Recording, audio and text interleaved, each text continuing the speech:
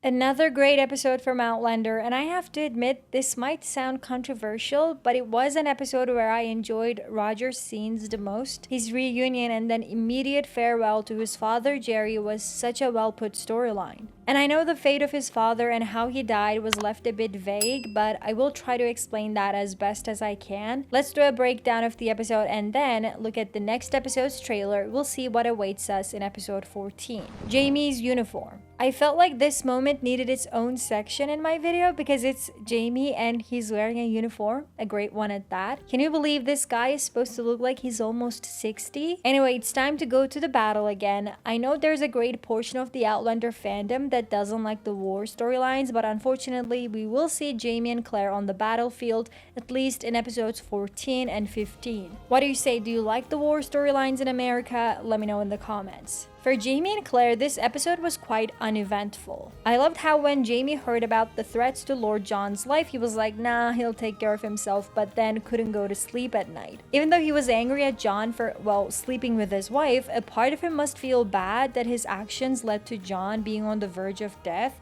considering they were great friends and he owes John so much. While Jamie shamelessly slept with Claire in John's bed, what was John doing? Well, Lord John is now a rebel. As we gathered from the trailer for this episode, it was obvious Lord John would be unlucky enough to come across a rebel group while running away from another. Now, that introduction of himself with a different name was probably unexpected for many non-book reader fans of the series. Well, for those who are confused, Lord John's full name is John William Bertram Armstrong Grey, but we usually know him as Lord John Grey. So in this scene, he used his middle names Bertram Armstrong as an alias. Since no one knows a guy called by this name, they truly believe that he is one of the rebel American soldiers. Are we going to see Lord John in the Continental Army fighting against the British? I hope so. One more thing to make William mad. Sweet romance. Well, I did expect a wedding in this episode, but not this kind of a wedding where Rollo was bored. I kind of waited for him to be the ring bearer, but I guess Quaker weddings are different. I honestly had no idea what a Quaker wedding would look like. Apparently, they're usually done like a meeting for worship, primarily in silence,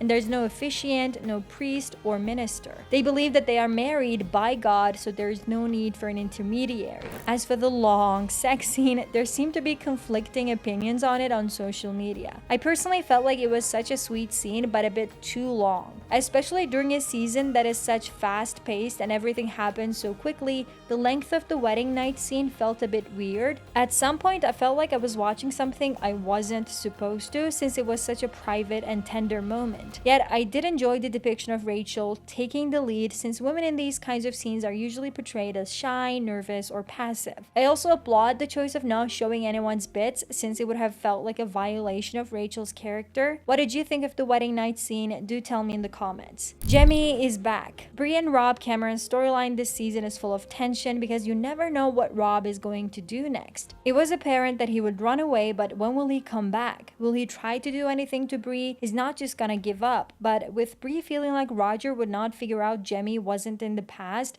what if she decides to time travel with the kids? Think about it. Bree thinks of Roger as she travels through the stones, and Roger, as he realizes his son might not be in 1739, thinks of Bree or Jemmy as he travels through the stones, and they end up finding each other. As emphasized time and time again, the person you think of as you time travel is fundamental to which year you go to. So I do expect them to find each other before the season ends, but in which year, that shall remain a mystery for now. I'm now glad that poor Jemmy has returned to his mother and then to Fiona. Always nice to see her. A scene that particularly made my blood boil was the police officers not taking Bree seriously and insinuating that she was having an affair with Rob. I almost broke my TV when the guy said Bree was being hysterical. Now she has to deal with Rob and whoever is helping him alone. What happened to Jerry? And my favorite storyline from the episode. So when Roger was just a baby, his father was a pilot during World War II. He was supposed to fly over Poland and take pictures of the Nazi camps there, but his plane broke and fell down before he was able to embark on this mission. His crash landed near some standing stones, and when he probably leaned on one of the stones for support, he found himself transported back in time. The last person he was thinking of as he traveled back was most likely his son Roger, so he found him in 1739. It's such a well thought out and brilliant storyline. But what happens when he travels through the stones again? This short scene was a great clue. As Roger said, his mother died in the London Underground during an air raid. Well, in this scene, Jerry and little Roger also seem to be in an underground area in the same scenario. So it is likely that Jerry died during that incident that killed Marjorie as well. But since Jerry didn't have his military tags on him, remember they remained with Roger in 1739, no one was able to identify his dead body. Hence, why Roger said his father was nowhere to be found. It's such a heartbreaking story. I'm not sure why they didn't show us how and why Jerry ended up in that underground station. Perhaps there was no budget, perhaps we'll see it in one of the future episodes. Lastly, do you think Jerry heard that "I love you"? I am 100% sure that he did, just like Buck said. Now it's time to look at the episode 14 trailer. The trailer starts with Jamie and his uniform. Already a great start. Apparently, he has 300 men under him and he meets them and inspects them in the war camp. We also get a glimpse of one of the earlier versions of the American flag. As Claire says, a nation without a flag is like a furnace without a fire. You might wonder, who is she speaking to? A later scene in the trailer reveals that she might be telling this to George Washington himself. Since Jamie and Claire joined General Washington's army, they seem to be eating dinner together. He says, "The battle is close upon us." And he's right, I expect the big battle of the season to take place in episode 15.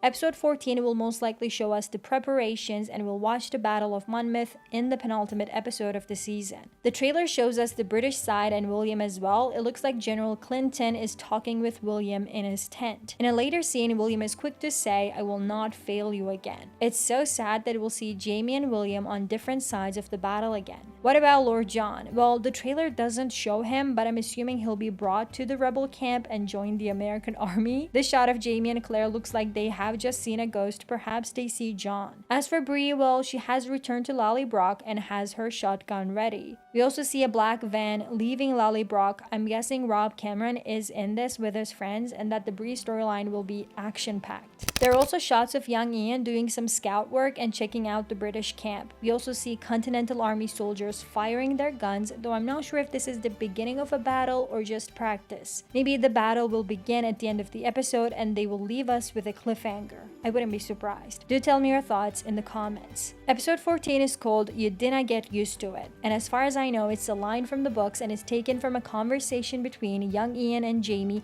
as they talk about whether one gets used to fighting in a battle. And the episode title should be Jamie's Answer. If you want to see what I thought of the previous episode, check out this video.